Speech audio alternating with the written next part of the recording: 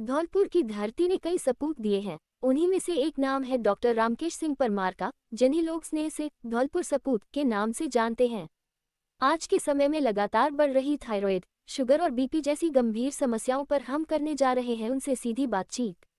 आइए जानते हैं डॉक्टर साहब से कि आखिर क्यों तेजी से बढ़ रही हैं ये बीमारियां और उनसे बचाव का क्या है समाधान। सुनिए उन्हीं की जुबानी।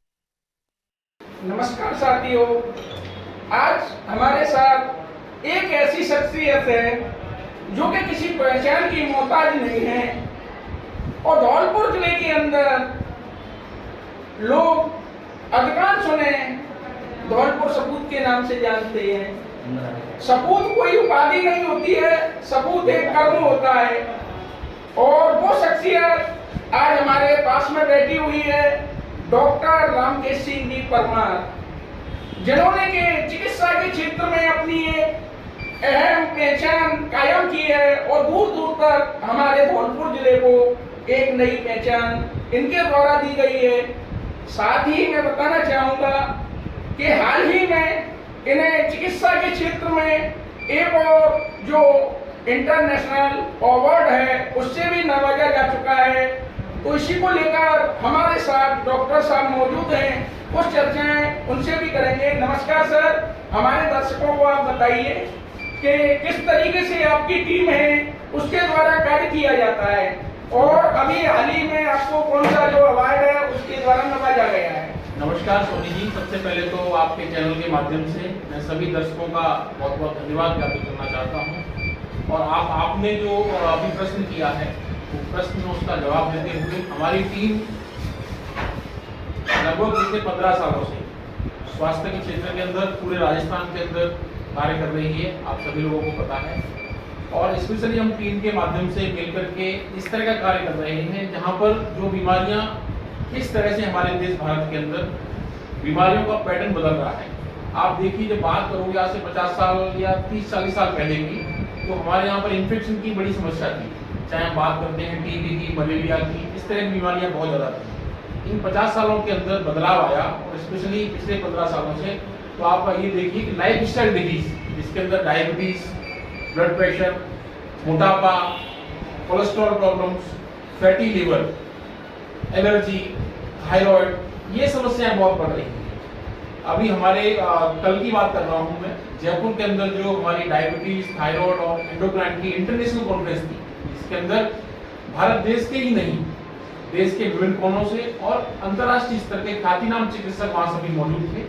वहां पर इन सभी बीमारियों को लेकर के हमारे साथ चर्चा हुई और इन बीमारियों के अंदर अपने क्षेत्र के उत्कृष्ट कार्य करने के लिए उस बीटीकॉन कॉन्फ्रेंस के अंदर राजस्थान विश्वविद्यालय के कुलपति और महात्मा गांधी अस्पताल के कुलपतियों के द्वारा मुझे महामारी के रूप में फैल रही है, तो इनके परिणाम आज नहीं मिल रहे, पर इनके सबसे बड़े परिणाम हमें अगर हम ध्यान नहीं रखेंगे तो आने वाले 20 साल और 25 साल बाद होंगे। अभी हमारा देश भारत एक यूथ की आबादी वाला देश है। सारा संसार और महाशक्तियां भी इसलिए भारत देश से डरती हैं कि हमारे पास यूथ, युवाओं की जनसंख्या सर्वाधिक है, जो हमारे देश की सबसे बड़ी धरोहर और संपत्ति है। बट कहीं न कहीं हमारा युवा इन बीमारियों की चपेट में बड़ी जल्दी पहुंच रहा है। मैं मेरी टीम के साथ हम रिसर्च के माध्यम से देख रहे हैं, आज मेरे पास 25 साल, 30 साल, 35 साल की युवा डायबिटीज को लेकर के आ रहे हैं, जो आज से 10 साल पहले मुझे 40-45 साल के लोगों में देखने को मिल रहा था। वो ट्रेंड अब 30 से 35 साल के लोगों में भी शिफ्ट हो चुका है और आने वाले समय के अंदर ये ट्रेंड और आगे बढ़ेगा। दूसरी बात, हमारा देश भारत ग्रामीण सभ्यता वाला देश है, जहाँ की हम बात करते हैं 60% से 70% जनसंख्या गाँव में निवास करती है। पहले जब मैं प्रैक्टिस स्टार्ट करी थी 15 साल पहले, तो डायबिटीज के मरीज गाँव के अंदर नहीं थे।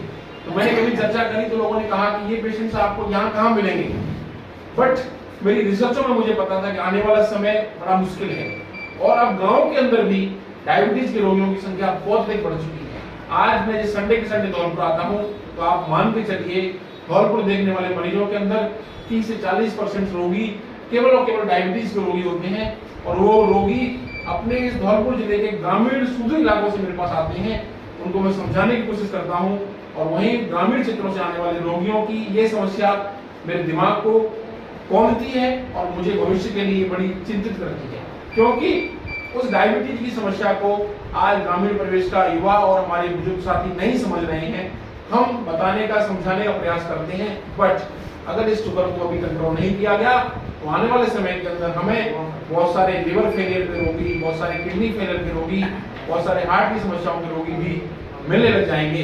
इस देश के अंदर 150 करोड़ की आबादी है, कहां तक फिर हम उन लोगों का इलाज करेंगे? इसलिए हमारा प्रयास है कि किस तरह से हम लाइफ स्टाइल डिजीज पर कार्य करें और इन जो जीवन शैली की हमारी बीमारियां हैं इनका इलाज ही नहीं, हम रोकथाम के तरीकों पर कार्य कर रहे हैं, जिससे रिसर्च के माध्यम से कैसे हम अधिक से अधिक लोगों के जीवन में बदलाव लाएं और लोगों को प्रेरित करें। और मुझे लगता है कि आपका भी बहुत बहुत धन्यवाद, क्योंकि इस तरह के मीडिया के सहयोग के माध्यम से ही हमारी आवाज चिकित्सा के क्षेत्र में और चिकित्सा रूपी जो शब्द होते हैं हमारे आम जन तक पहुंचते हैं।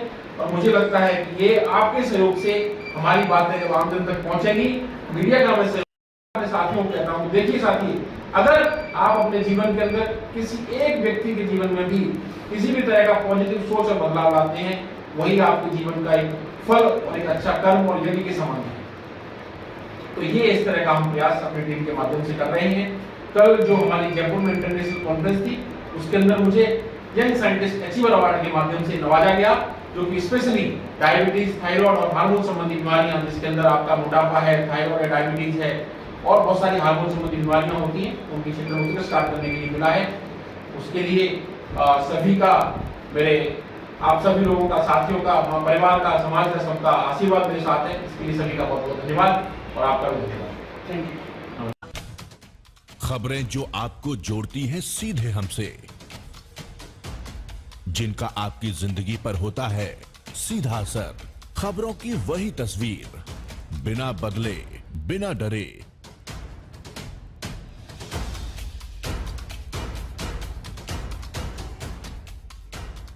सच का जज्बा लिए सच दिखाते हैं हम।